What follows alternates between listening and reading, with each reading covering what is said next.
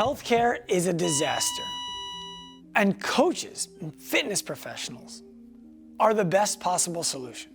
In this video, I'm going to explain to you why healthcare is a disaster, how it got that way, and why coaches are the perfect fit to solve the problem. It all starts with the way that doctors are paid. And we're talking about doctors who are managing musculoskeletal pain. So issues with joints, ligaments, tendons, muscles. The reason why the way that those doctors are paid is a big part of the problem is because the reason that people enroll in the schools that allow them to have the licensure to treat patients, chiropractic schools, physical therapy schools, medical schools, massage schools, those schools all attract students with the promise of a reasonable certainty of financial return upon graduation. What that means is that people don't just become doctors because they want to help people. Certainly, that is a part of the reason. The other part of the reason is because they believe that it's likely, if they become a doctor, they're going to be able to make a good living doing it. What happens next is we look at how doctors are paid. Doctors are paid by insurance companies based on their ability to help their patients reach what are called ADLs.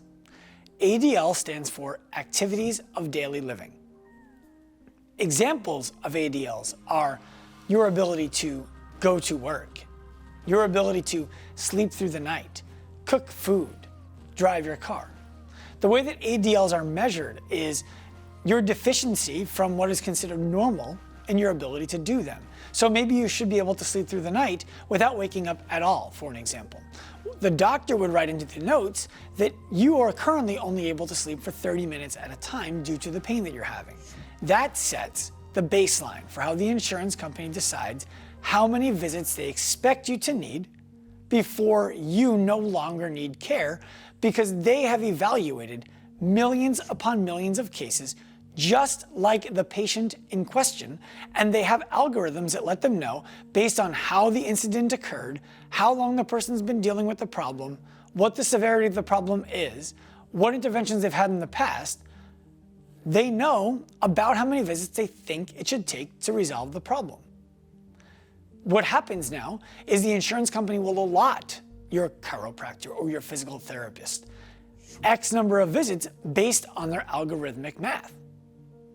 What the doctor now has to do is treat the patient within those visits or ask the insurance company for more visits, which, by the way, makes it appear as if the doctor is less efficient at treating patients than their peers. So what actually ends up happening is doctors ask for less visits because they don't want to get slapped on the wrist by the insurance company and told that they can't have patients come to them for payment without extensive documentation of what's going on, because the insurance company wants to understand why they're so inefficient. What happens next is doctors are accountable to helping their patients achieve ADLs, like we described before. So, once the patient has achieved their ADLs, the doctor will no longer be paid. And if it takes the doctor too long to help the patient achieve their ADLs, the doctor will be inundated with paperwork and eventually cut off anyway. So it's in the doctor's best interest to see the patient as few times as possible to get into good standing with the insurance company who's cutting them the checks. The problem is, many of the patients who walk into the doctor's office aren't actually there for ADLs at all. They're there for what we call ADIs, Activities of Daily Interest. Schools who educate the students who come through them to become the licensed professionals are counting on those students becoming licensed professionals who will get paid by the insurance companies. What that means is, instead of teaching those students how to treat for ADIs, Activities of Daily Interest, they are teaching their students how to treat for ADLs, because that will be predictably paid for by the insurance companies in the professional world on the backside of their education. After all, nobody is going to take out $150,000 to $300,000 in student loans if there isn't a reasonable expectation that they're going to make that money back after they get the education done. So what ends up happening?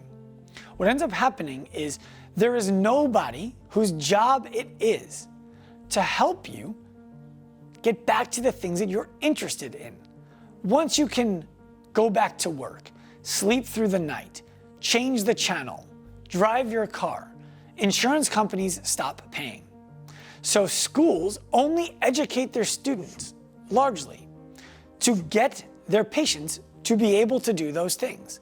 Sure, there are elective classes, and there are some schools that go above and beyond, but we're talking about the rule here, not the exceptions. So schools are teaching their students how to get their patients back to their ADLs, driving their car, going to the bathroom, sleeping through the night, doing their job. Doctors are taught to stop treating the patient after they've achieved their ADLs.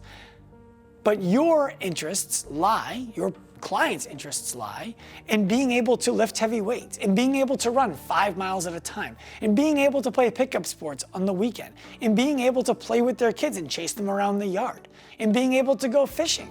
No one's teaching doctors how to help patients with that problem.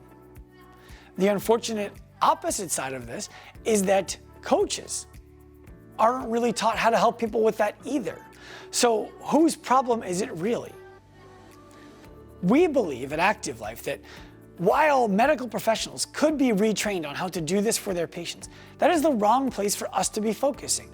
Medical professionals, doctors, are the people who should be there to restore one's ability to regain access to activities of daily interest. It's the coach's job to be able to take the client who just finished being a patient all the way across the finish line.